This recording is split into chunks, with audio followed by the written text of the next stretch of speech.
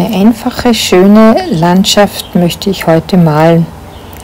Eine fantastische Wolkenstimmung soll dazu beitragen, diese Landschaft in Szene zu setzen.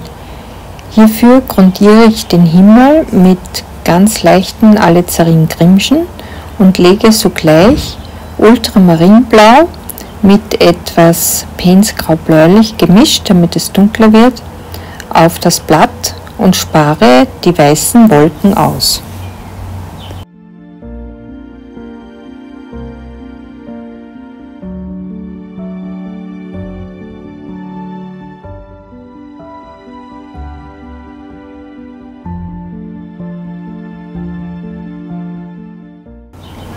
Ein schönes Maigrün, auch mit etwas Gelb noch aufgehellt, trägt dazu bei, dass die Wiese richtig ins Leuchten kommt.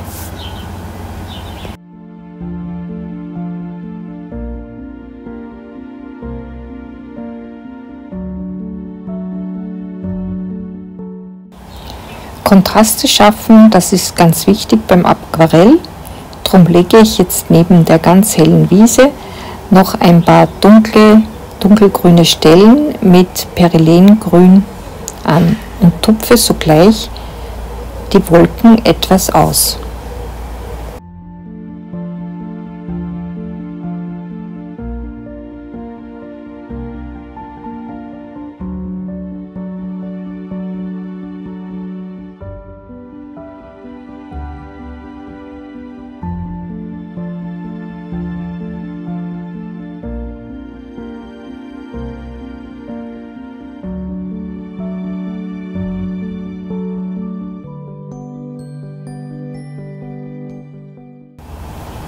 Ein paar Striche noch, um die Wiese besser anzudeuten und Dreidimensionalität in das Bild zu bringen.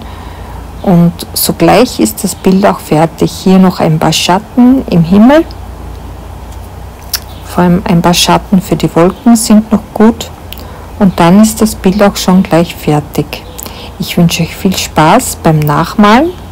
Über ein Like würde ich mich natürlich freuen. Bis zum nächsten Mal.